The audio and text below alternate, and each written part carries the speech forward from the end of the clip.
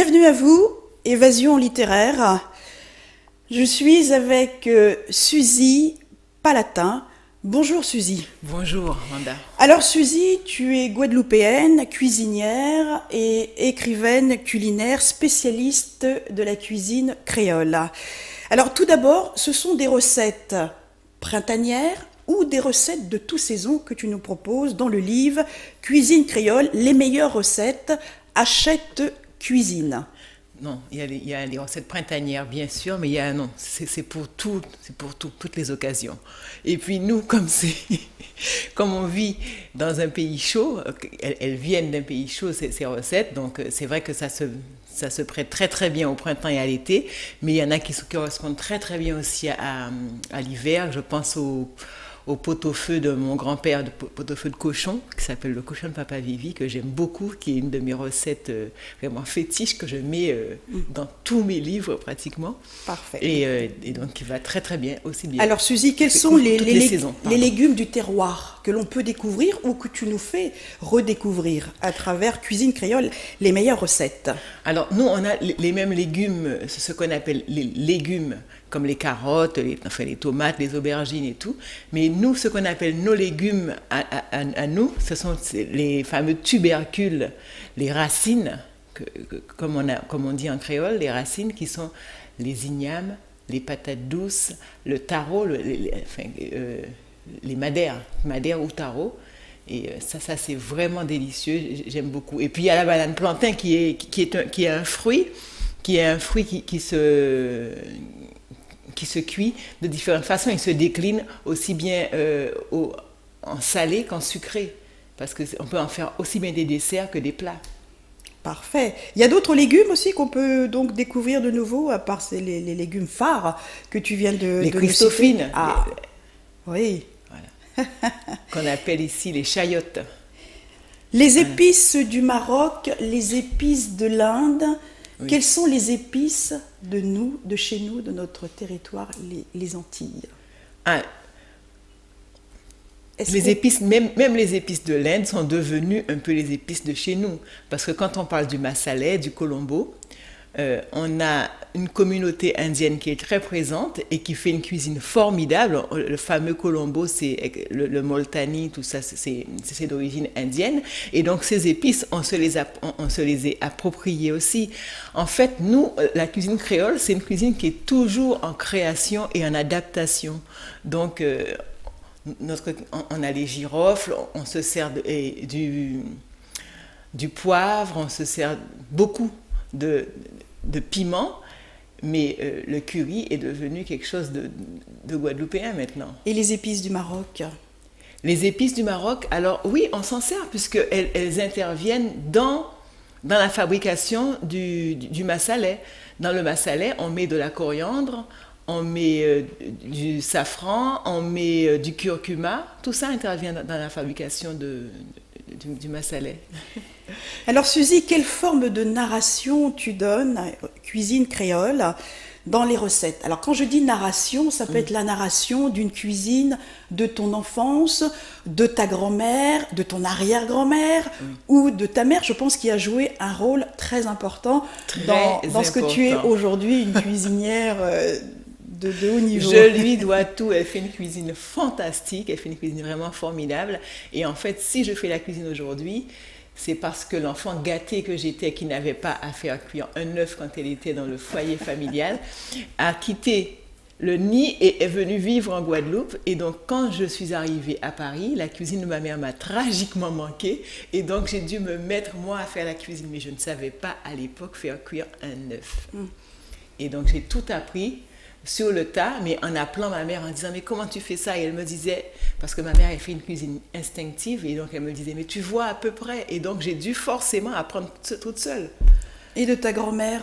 Et ma grand-mère, elle n'était pas une très très grande cuisinière, mais il y a une cuisinière française qui dit que quand on sait faire un plat, on est cuisinière, et je crois que ma grand-mère, pour cela, elle était cuisinière parce qu'elle faisait un pâté de tête qui était hallucinant.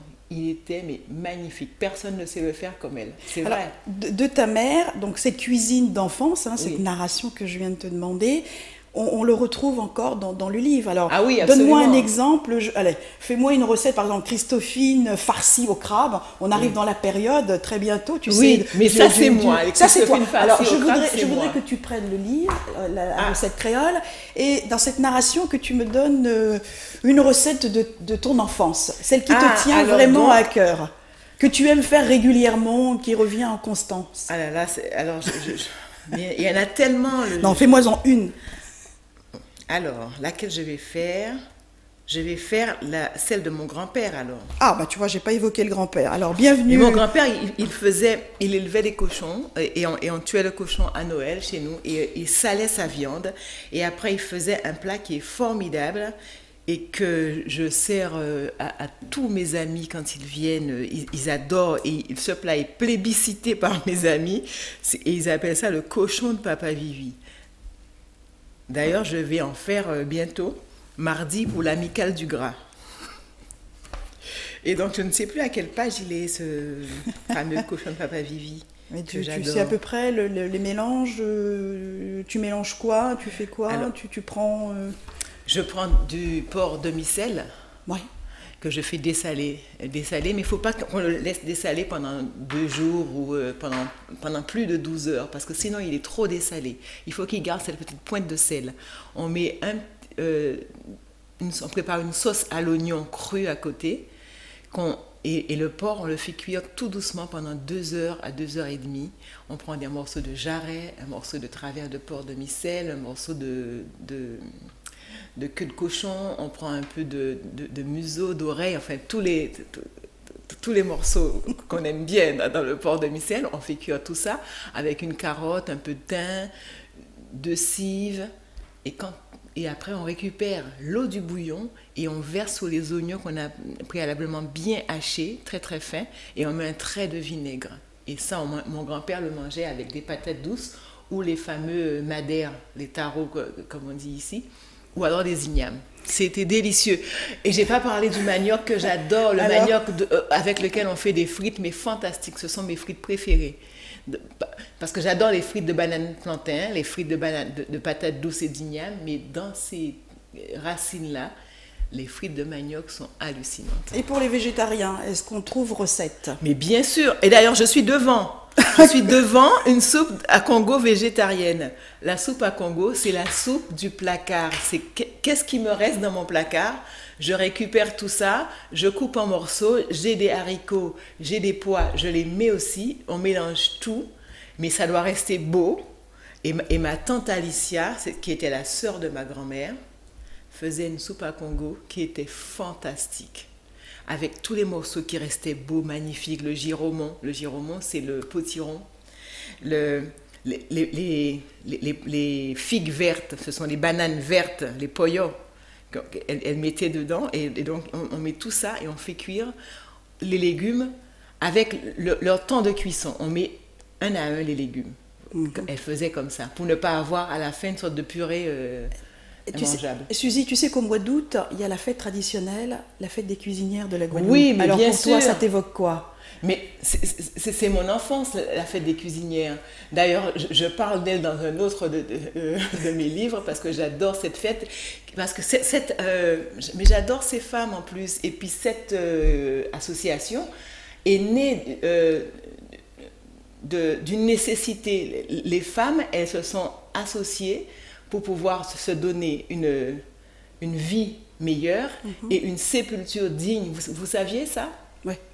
C'était pour ça, c'est c'était comme magnifique. une tontine, ce qu'on appelle D'accord. une tontine. Elles ont fait ça dans ce but-là. Parfait. Et ça a grandi. Et Alors tu fais de ce livre un livre d'art, de recettes, par les couleurs, les mélanges, les saveurs. C'était important pour toi de donner ce côté art. Ah oui, c'était très important. Je ne veux pas qu'on... Je ne veux pas que ça soit figé que cuisine, Oui. recettes et plats. Oui. Au-delà de ça, tu as mis quelque chose. Parce que j'adore les arts de la table.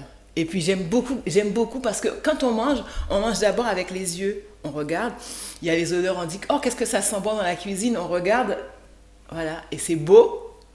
Et c'est J'aime magnifique. beaucoup, voilà. Suzy, où est-ce que tu as écrit les recettes créoles? Tu les as écrites à Paris, dans tes voyages, en Guadeloupe Je les ai écrites à Paris. Je les ai écrites surtout à Paris, oui. Parfait. Ben, merci, hein, Suzy Palatin, d'être venue sur le plateau de Outre-mer 5. Merci beaucoup à vous. D'accord, donc on peut rappeler le titre de ton livre. Donc c'est Recettes créoles, voilà. C'est ça. Oui, les meilleures recettes. Les meilleures recettes créoles, Maison Édition Hachette, hein, c'est ça. Alors avant de nous quitter, on a une minute. Oui. Tu nous donnes une petite recette très rapidement. Merci de votre fidélité et à très bientôt sur Évasion littéraire. À bientôt.